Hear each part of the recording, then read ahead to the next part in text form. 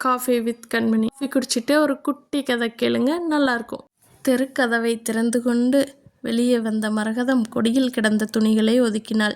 ஈரத் துணிகளை பிழிந்து காயப்போட்டாள். வாளியில் தேங்கியிருந்த தண்ணீரை கீழே கொட்டிவிட்டு நிமிர்ந்தாள்.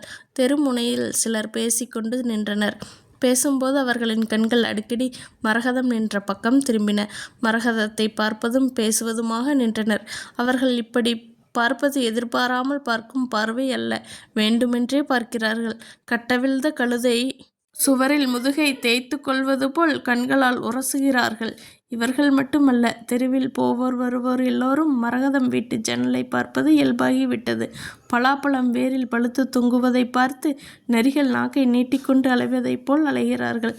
தெருக்கதவை சாத்திவிட்டு வீட்டுக்குள் வந்தாள் மரகதம். தெருவில் யாரோ விசிலடித்து போவது கேட்டது. மரகதத்தின் மனதுக்குள் கோபம் பொங்கியது. உள்ளுக்குள் அடக்கி கொண்டாள். சண்முகம், தங்கக்கனி தம்பதியினருக்கு ஒரே பெண் மரகதம். 2 வருடங்களுக்கு முன் மரகதத்தை 5 கிராமத்தில் கல்யாணம் செய்து கொடுத்தார்கள். 5 என்கிற கிராமத்தில் கல்யாணம் செய்து கொடுத்தார்கள். மாப்பிள்ளை சுப்பிரமணியம் பாங்கில் வேலை பார்த்தார். கல்யாணமாகி 6 மாதம் வரை நன்றாகத்தான் இருந்தார். ஒரு நாள் பாங்கில் இருந்து வீட்டுக்கு வரும் வழியில் மயக்கம் போட்டு விழுந்து விட்டதாக தூக்கி கொண்டு வந்தார்கள்.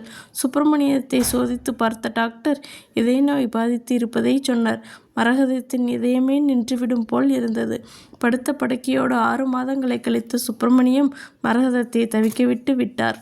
ஒரு குழந்தை கூட இல்லாமல் தனித்து விடப்பட்ட மரகதம் கதறி கதறி அழுதாள். எப்படி ஆறுதல் சொல்வது என்று தெரியாமல் பெற்றோர்கள் திணறினார்கள். கணவனின் காரியங்களை முடித்துவிட்டு பிறந்த வீட்டுக்கு மரகதம் வந்துவிட்டாள். பொட்டையும் பூவையும் எழுந்து நிற்கும் மகளை கண்டு மனம் பதறினாள் தாய் தங்கக்கனி. தனது காலத்திற்கு பிறகு மகளை யார் பார்த்து கொள்வது என்று கவலைப்படத் தொடங்கினாள். என்றாலும் கொஞ்ச நாள் போகட்டும் என்று பொறுத்திருந்தாள். மீளாத துயரத்திலிருந்து கொஞ்சம் கொஞ்சமாக மீண்டாள் மரகதம். மறுமணம் பற்றிய பேச்சை பக்குவமாய் தொடங்கினாள் தாய். மரகதத்தால் இதை நினைக்கவே முடியவில்லை. ஒரு முறை இறங்கிய தாலியை மீண்டும் கட்டிக்கொள்ள அவள் விரும்பவில்லை. மகளின் மனதை கொஞ்சம் கொஞ்சமாக மாற்றிவிடலாம் என்று நம்பினாள் தங்கக்கனி.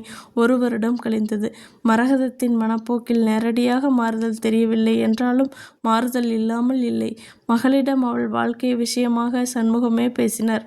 அதற்கு மரகதம், நான் இப்படியே இருந்துடுறேன் அப்பா என்று சொல்லிவிட்டாள்.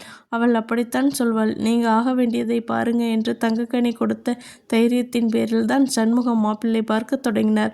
மரகதத்தின் மனம் ஒரு நிலையில் இல்லாமல் துடித்தது. சுப்பிரமணியத்தோடு அவள் வாழ்ந்த வாழ்வு நெஞ்சுக்குள் நிறைந்து இருந்தது. அதே சமயம் எல்லா பெண்களுக்கும் இயல்பாக வரும் உணர்வுகள் மரகதத்தையும் விட்டு வைக்கவில்லை.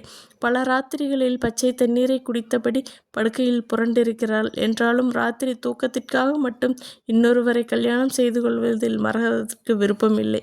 வெளியில் போயிருந்த சண்முகம் வீட்டுக்கு வந்தார். வியர்வையால் கசங்கியிருந்த சட்டையை கழற்றிவிட்டு குடத்து தூணில் சாய்ந்தார். என்னங்க, போன காரியம் என்ன ஆச்சு என்று கேட்டபடியே சண்முகத்தின் மனைவி தங்கக்கனி கையில் செம்புடன் வந்தாள். மனைவி கொண்டு வந்த செம்பை வாங்கி தண்ணீர் குடித்த சண்முகம் துண்டை எடுத்து முகத்தை அழுந்து துடைத்தார். கணவனின் முகத்தையே பார்த்து கொண்டு நின்றாள் தங்கக்கனி. அவங்களுக்கு பூரண சம்மதம்னு சொல்லிட்டாங்க. பையனுக்கு நம்ம பொண்ணு மரகதத்தை பற்றி சொன்ன உடனேயே ரொம்ப பிடிச்சு போச்சு. இவளை பற்றி ஏற்கனவே அவன் கேள்விப்பட்டு இருக்கானாம், பார்த்தும் இருக்கானாம். தங்கக்கனி நிம்மதி பெருமூச்சு விட்டாள். மாப்பிள்ளை வீட்டுக்காரர்கள் எங்கே கல்யாணத்துக்கு சம்மதிக்க மாட்டாங்களோ என்று கவலைப்பட்டு கொண்டு இருந்தாள். சண்முகம் சொன்னதை கேட்டதும் தான் அவளுக்கு திருப்தி ஏற்பட்டது. அம்மா அப்பா பேச்சிலிருந்தே மரகதம் விஷயத்தை புரிந்து கொண்டாள். தன்னிடம் கல்யாணம் பற்றி கேட்டால் என்ன சொல்வது என்று நினைத்தபடி உள்ளுக்குள் இருந்தாள். மரகதம் என்று அழைத்தபடி அம்மா உள்ளே வந்தாள். மரகதம் குழப்பத்துடன் எழுந்து நின்றாள். அப்பா திருச்செந்தூர் போயிட்டு வந்திருக்காங்க என்ற பீடிகையுடன் ஆரம்பித்தாள் தங்கக்கனி. என்ற தலையசைப்புடன் அம்மாவை நிமிர்ந்து பார்த்தாள் மரகதம். திருச்செந்தூர்ல பையன் வாத்தியாரா இருக்கிறானாம். அவங்களுக்கு பூரண முழுச்சம்மதம். நீ என்னம்மா சொல்ற? மரகதம் தாயை பார்க்காமல் சுவரை பார்த்தால் சிந்தித்தாள். பெண்ணை பொறுத்தவரையில் கல்யாணம் என்பது வெறும் உடல் தேவைக்கானது மட்டுமல்ல, அது ஒரு பாதுகாப்பு. பட்டா இல்லாத நிலத்தில் பயிர் செய்ய பலரும் துடிப்பது போல தாலி இல்லாத பெண்ணை நெருங்க பலரும் துணிகிறார்கள். பலரது கண்களால் தினமும் துகில் உரிய பெறுவதை விட தன்னை விரும்பும் ஒருவனுக்கு திரும்பவும் வாழ்க்கைப்படுவது பாவமாகி விடாது. அது இறந்து போன கணவனுக்கு செய்யும் துரோகமாகி விடாது. வாழ்க்கை என்பது வெறும் லாப நஷ்ட கணக்கு பார்ப்பது இல்லை. லாப நஷ்டங்களை மீறி ஒரு பாதுகாப்பு உணர்வு அவளுக்கு தேவை. ஒரு தந்தையால் அதை தந்துவிட முடியாது.